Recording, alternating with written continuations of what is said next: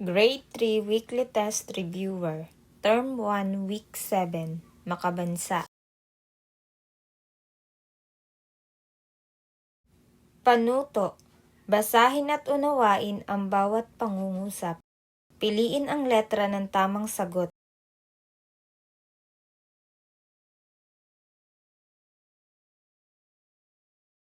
Number 1.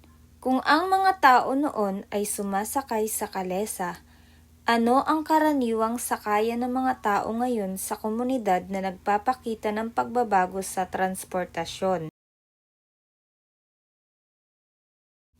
A. Paragos. B. Tricycle, jeep at kotse. C. Bangka na gawa sa troso. D. Karetela.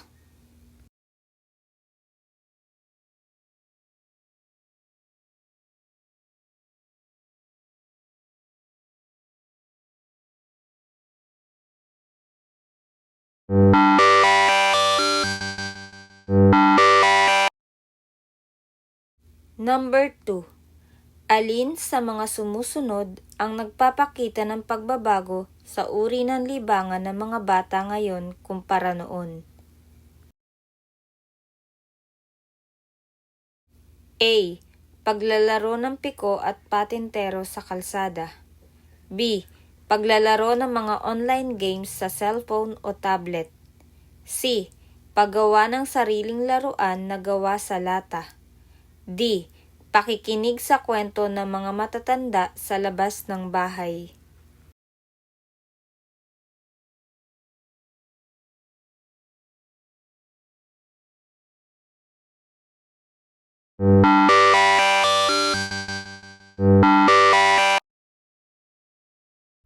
Number 3.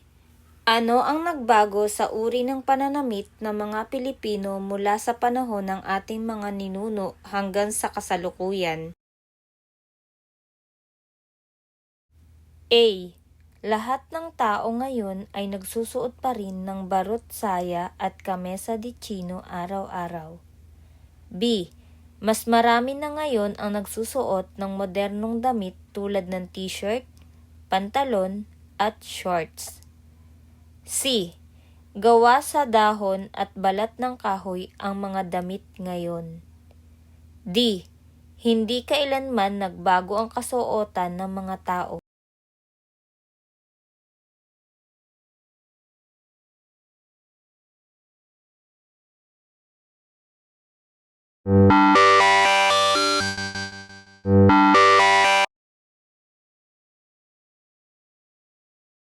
Number 4.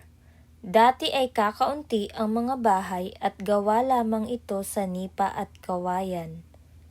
Ano ang makikita sa modernong komunidad ngayon? A.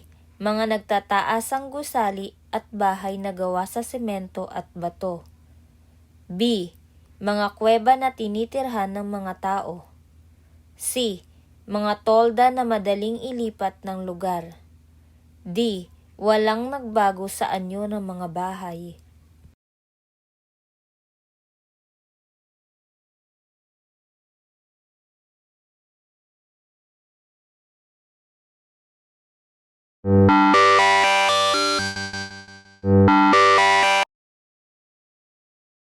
Number 5. Paano nagbago ang paraan ng pagpapadala ng mensahe o komunikasyon sa ating komunidad ngayon?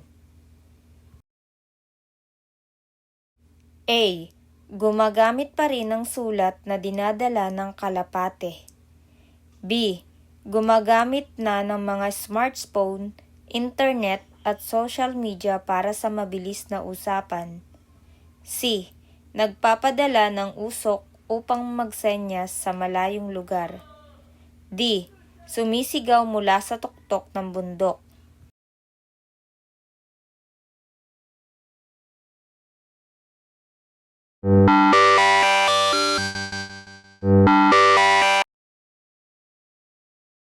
Number 6. Alin sa mga sumusunod ang halimbawa ng pagbabago sa kapaligiran ng komunidad na dulot ng pag-unlad? A. Pagdami ng mga sementadong kalsada tulay at mga pamilihan. B. Pananatili ng malawak na kagubatan sa gitna ng bayan. C. Pagliit ng bilang ng mga tao sa komunidad. D. Pagkawala ng mga paaralan at ospital.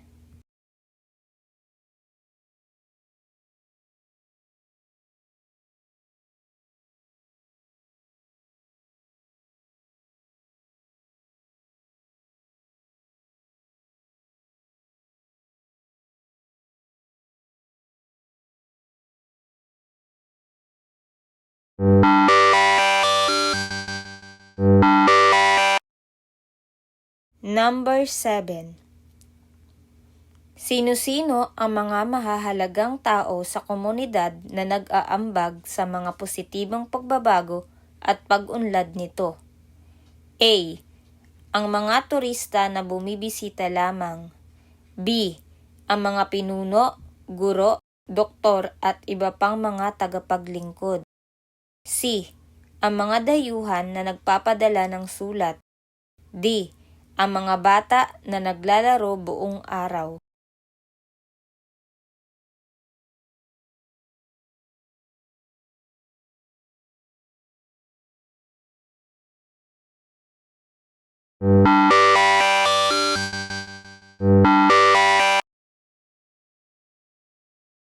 Number 8. Bakit mahalagang matutuhan at igalang ang kasaysayan at mga pagbabagong naganap sa iyong komunidad? A. Upang maihambing ito sa ibang bansa at pagtawanan ang nakaraan. B. Upang maunawaan kung paano umunlad ang komunidad at mapahalagahan ang kultura nito. C. Upang makalimutan na ang mga lumang tradisyon. D. Upang baguhin ang pangalan ng lahat ng kalye.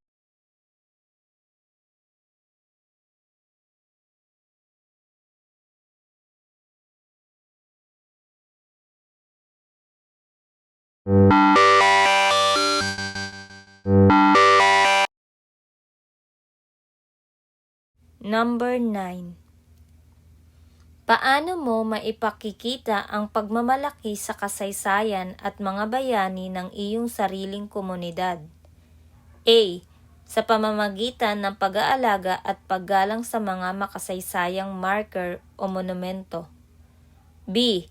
Sa pagpapawalang bahala sa mga kwento ng mga matatanda. C. Sa pagpunit ng mga libro tungkol sa kasaysayan ng bayan. D. Sa pag-alis sa komunidad at hindi na pagbalik.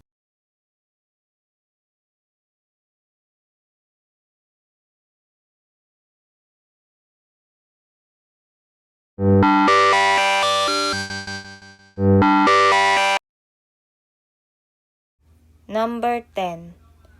Alin sa mga sumusunod ang hindi magandang pagbabago sa komunidad na dapat iwasan o bigyang solusyon ng mga mamamayan? A. Pagpapatayo ng mga makabagong ospital at paaralan. B. Pagdami ng basura at polusyon sa hangin at katubigan dahil sa kapabayaan. C. Pagkakaroon ng maayos na sistema ng kuryente at tubig. D. Pagtatanim ng mga puno sa mga pampublikong parke.